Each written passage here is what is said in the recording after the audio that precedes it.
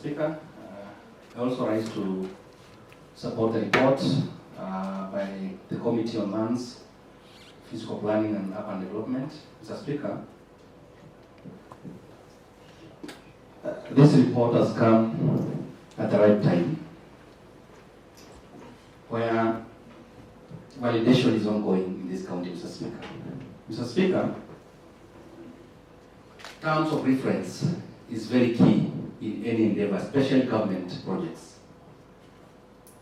When the TOR is not clear on the mandate, then we have every reason to worry about the consultant. Mr. Speaker, this process was rushed as if something fishy was happening.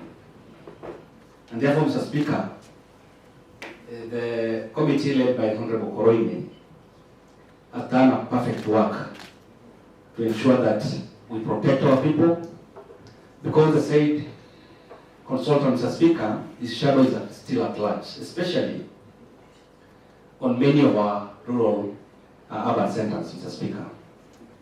A place like Birika, Mr. Speaker, has been validated 3 times. And up to now, Mr. Speaker, the very important social amenities, including a place to do a hospital, a market, or even how can a single dog be validated 3 times? That has happened, Mr. Speaker. Are you sure?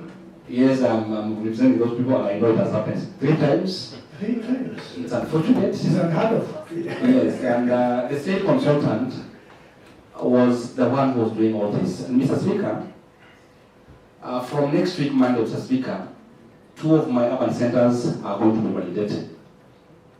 And this consultant has a big interest in the said 2 urban centers, Mr. Speaker. That is Keekonyoike and Kisaris, Mr. Speaker. Mr. Speaker, this consultant never resigned.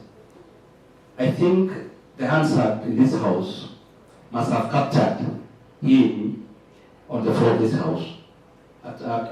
Maybe that was in 2013. He appeared before the assembly on the same issues, and therefore he was fired. Mr. Speaker, this assembly is not a conveyor belt to understand anything that comes from the executive, Mr. Speaker. We've not approved any of these plans, Mr. Speaker. And therefore, as an assembly, it is good that we stand on the ground to ensure that we protect our people and their interest. Finally, Mr. Speaker, how they arrived at the figure of 55,000 is something that we are still contemplating. As an accountant, 55,000 per plot per person. Those are billions of shillings. And Mr. Speaker, it will not hold water that you charge poor Kenyans who are already suffering 55,000 to have title deeds, Mr. Speaker. I think the economies of scale must apply.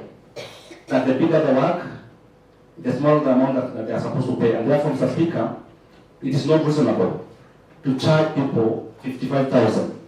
Finally, this process must have gone through a vigorous process, and therefore we wanted to know how many people applied for this consultancy and whether they met the threshold, and how this company ended up getting the award. Mr. Speaker, I believe this process was predetermined. It was not competitive. And we cannot allow on the floor of this house this activity to go on. And I believe most of these members, especially those that have either validated towns or towns that are yet to be validated. And therefore, Mr. Speaker, I fully support the report by the Honorable Keekonyoike team. And moving forward, we must stand to authority to make sure that such activities will not happen. Thank you. Honorable Batia.